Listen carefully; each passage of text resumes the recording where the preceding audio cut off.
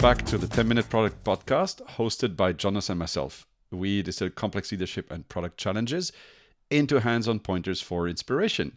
And today's topic is the much-discussed concept of high-performing teams. We will tell you what we think it is and also provide advice on how to get started. Jonas, do we need a high-performance team at all? A high-performing team can achieve wonders for you, but it is very hard to achieve, as we'll discuss. Okay, but then second question is, what is a high-performing team? Well, it depends. The definitions range from, in one extreme, attracting a group of high-caliber talent, locking them into a room and waiting for magic to happen. That's one thing. And to the other extreme, that high-performing teams are not achievable. They're simply not realistic, and as such, they shouldn't be pursued by you as a leader, in effect. But then, what are indicators of high-performing teams? Like, is there a way to tell? Is there a way to see one? Things to look out for is a team that has a very strong focus. They show signs of problem solving within the team. They have impactful launches. And they can demonstrate quick improvement cycles with subsequent good results to show for it. Another thing, in particular for tech teams, is a high code quality. This is the balance you want to achieve between the speed and the care for the tech you build. But you also want a team that understand how to balance that building sustainable software. A high-performing team, at the end of the day, yes, there's an element of human talent to a team, but at the end of the day, a high-performing team is a matter of getting a group of people to operate and manage themselves in a self-aware way that cultivates self-improvement according to a set of behavioral traits that you want to achieve as a leader. And it's for you as a leader to act in a particular way that enables that culture within the team. I'd love to get started with a couple of outside factors. Let's go from the outside to the inside. So I'd love to describe a couple of things that I think are great to help teams become, all the things that you just described. The first thing, it seems pedestrian, but it's actually to review the time team members spend on something else than core tasks. So for example, typically meetings, agile ceremonies, it needs to make sense for everyone and it needs to be balanced. And reviewing this is the first step, then figuring out what can be cut, and then literally helping the team to force these cuts through so that they can become a bit faster.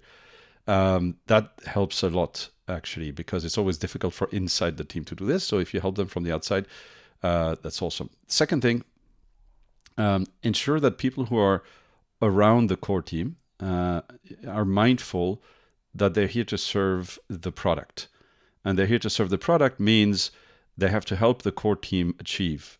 The idea being not to disrupt, not to become a drag on the core team, and not to become a drag on the product, basically. So it's to help. If you do have, if they do have doubts, of course, raise them. But the point is, to not become a point of friction every week, twice a week, 3 times a week, but to help the product move forward. So those will be the two first outside actors I look at. What about you? So Christian, to build on what you said regarding roles who are there to serve the product and the core team, I made it a habit to encourage people in those roles to regularly meet with the team members and the team as a whole, ask them the question, how do I best add value to the work you do and to where we want to bring the product? And then quietly sit on their hands and listen to the feedback they receive.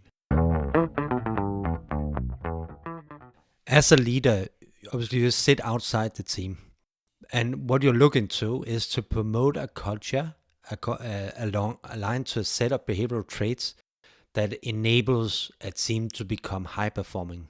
This requires you as a leader to be able to put up some guardrails around the team that gives you the confidence that you're constantly on taps with what's going on inside the team, and then you can step in a supporting role, supporting, unlocking through mentoring any issues on the path to high performance.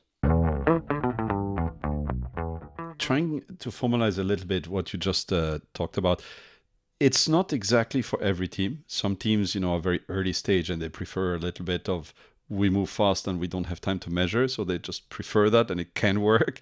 But one of the things to explore is, could you formalize these metrics into a sort of like a health dashboard for a team? So if you can, whether it's cadence, whether it's time to decision, whether it's how impactful was our launch, whatever your KPIs are, whatever the metrics are that you choose, if you put them together on a health scorecard, then that allows you to fill that in regularly, put in the values, and review them with the team. And when you review them with the team, you get to the point where you say, we're improving, we're status quo, we're becoming worse, who knows. But the point is that the measure allows you to then take action in case some things go adrift. So as usual, having data makes things transparent. What you probably as a product lead need to do is, your product team will probably have to take a little bit of this. Not everybody likes to measure things or to write down, how long it took for things, but your product team is well placed to capture some of these metrics. And so I would say that's a really performant tool. The other thing I would say as well is, once you actually set up these things, you set up a team scorecard, you're working, you reduced meetings, how do you keep it up? I think that's the last tail end of this discussion would be, how do you monitor your team continuously in a way to keep the performance high? And so you have a team scorecard that you continue doing, but I would actually suggest as well sending out surveys, ask the team to assess themselves and maturity on the different aspects, and use that to then review what you're doing and do retros, include this in your regular retros, and feed back the data you collect into the process so that you can keep the team at a high cadence and high performing. And when we say this, I think there's a certain stigma that I want to mention. Some people think that, okay, you can do this for a certain amount of time, a bit like revving your car all the way, and people burn out. But that's not at all what we're talking about. What we're talking about is consistently releasing things at cadence that are impactful and keep doing it. Doesn't mean you're going to work a ton, 14-hour days, or doesn't mean you do 7 days weeks. It just means that you focus on having an impact, basically. So I think those would be my sort of tail end of this topic. The ones of us who has been so lucky to be close to or a member of a high performing team, always from the people I've talked to, and I know for the two of us, we it's a constant pursuit of coming back into that flow. It feels like a flow, and it's hard to put words on what it is that makes it good. But I think you managed to pinpoint that, and also to leave our listeners with what's the summary conclusions on our discussion, right? Is that high performing teams, yes, there's an element of talent.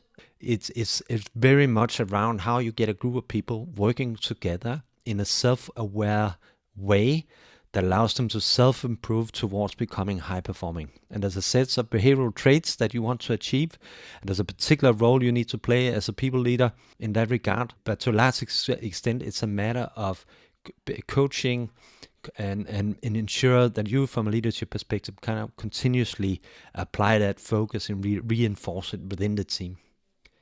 Please keep the feedback coming and subscribe to our podcast to keep track of new episodes from the 10-Minute Product Podcast.